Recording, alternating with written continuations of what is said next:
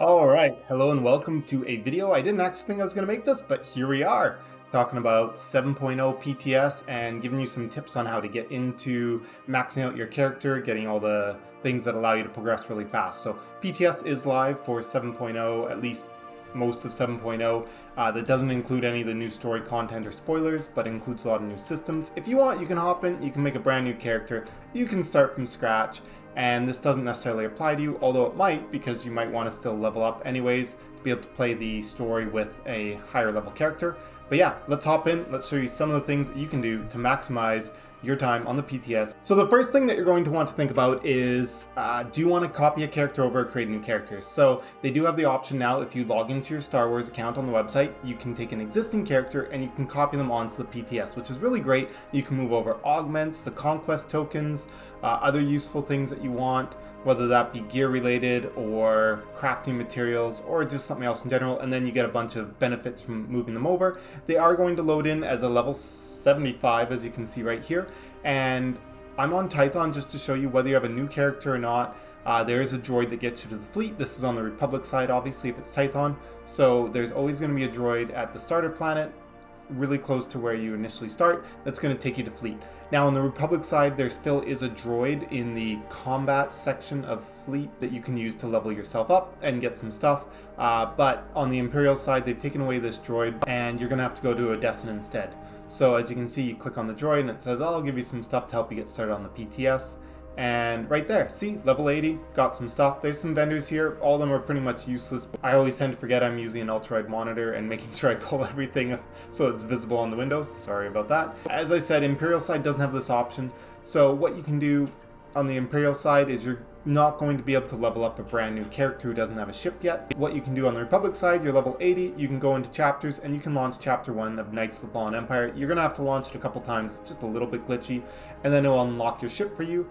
And then you can travel to a Destin. So once you have a ship and you can go to a Destin, then you can level up to 80 as well. This terminal is great to visit even if you've already hit 80 because it gives you 10 million credits. It gives you tech frags. You need a lot of tech frags to get those legendaries, so make sure you go hit up this vendor, cap out your tech frags, and then you'll be able to buy a legendary, and then you'll go back and you'll get some more tech frags to be able to buy another legendary. So now let's look at the supply section of fleet and talk about some of the stuff that's available to us here. One thing that's important to note is Conquest. You earn a lot of medals of commendation from completing Conquest, and this will be enough for you to instantly upgrade all of your gear. So I've gone and I've taken some of the Conquest tokens out of my legacy from my character transfer, and I'm going to activate it right now. Sorry, it's off screen again, but there we go. I just made Conquest. You can see there is a weekly cap. I've already hit it, so I don't actually get the resources. But those 200 medals of commendations are enough to buy all of the gear that's item rating 320 from the Conquest vendor, which is pretty awesome. So yeah, fast way to get to item rating 320. There is this vendor that gives you 318 gear for basically free, 1 credit each. You can just skip it by simply copying over. Now, here's the implant vendor. Make sure you do the quest with him first, unlike the order that I'm showing in here, because getting Conquest counts a lot of points towards us. So you're going to talk to this vendor about implants. He's going to tell you, just wait a while, come back. So, you know, cruise around, check out what the other vendors have. It's about a 30-second wait. All right, he's ready for us. We'll talk to him again and we'll get our actual mission that allows us to work on getting the implants, legendaries. Next room over, you can find your tacticals. So if you're looking for a tactical for your class, those are still a thing. So here's that mission that I was talking about for the legendaries, a bunch of different points. One of them being go ahead and get yourself Conquest. Alright, let's take a look at the second combat style. So because I've done a character transfer, I already have all of the legacy unlocks for my class story, which means that immediately this mission is available to me to either switch my primary combat style between dark and light if I'm a force user, or pick a secondary combat style. So I'm going to hop into this mission. I'm going to set myself up with a second combat style. Very easy if you've done the character copy and your legacy does have these unlocks. Otherwise, you're going to actually have to play through on the PTS and unlock the class story or Dark Light 5 to have any kind of combat style options. Sometimes using the level boost to 80 and starting the Knights of the Fallen Empire will allow this to be successful. I've had hit or miss results with this. Sometimes this quest will assign this and unlock the second combat style, but most of the time it doesn't, and if it does, it's usually really buggy. So your best bet is to make sure that you actually have that class story unlock in the legacy. Alright, so now we have 2 combat styles you can see there.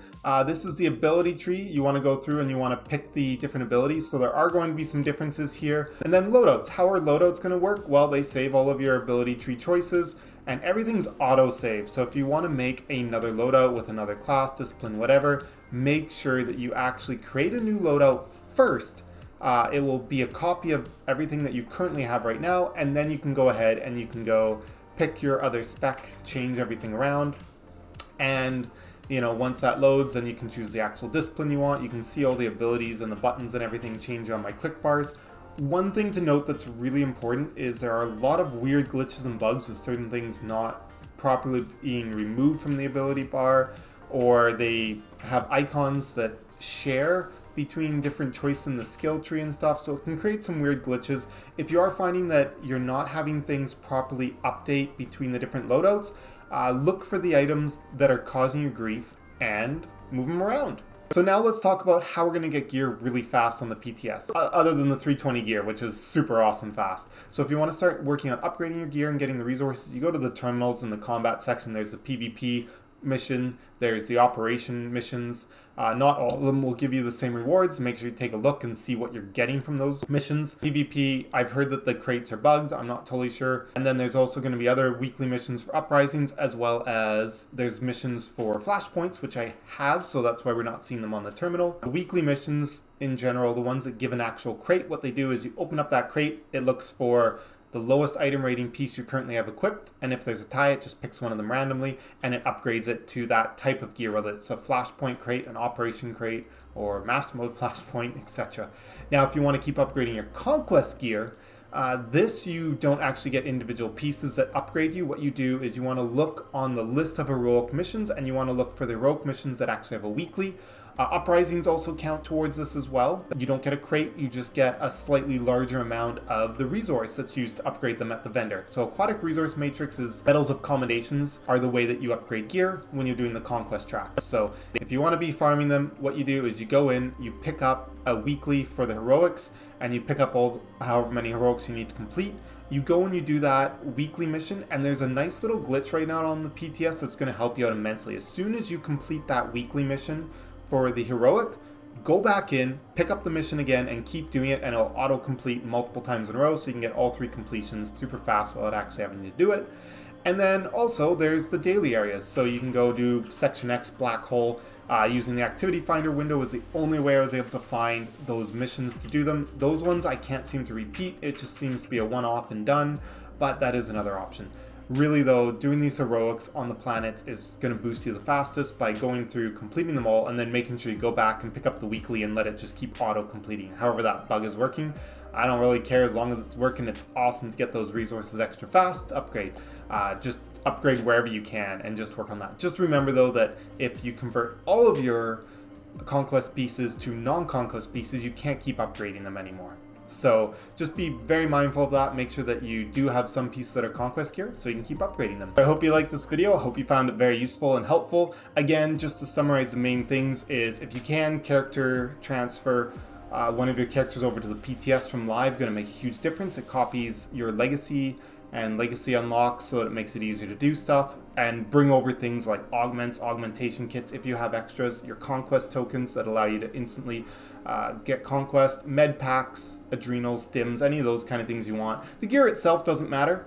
Once you get on, whether it's a new character or an existing character, head over to Odessin and use that terminal to get leveled up a whole bunch. If you can go to Fleet with a brand new character on Republic side, you can level up to 80, and then you can use the chapters things to unlock your ship. Otherwise, you'll have to play through on the Imperial side to unlock your ship if you're using a brand new character. Go do the Legendaries implant quest right away as well, and then earn your conquest. Heroic's best way to farm some gear is just to finish all the stuff in Heroic, and then go repeatedly pick up that weekly quest and let that glitch in your favor. Alright, have a great day, and we'll see you in the next video.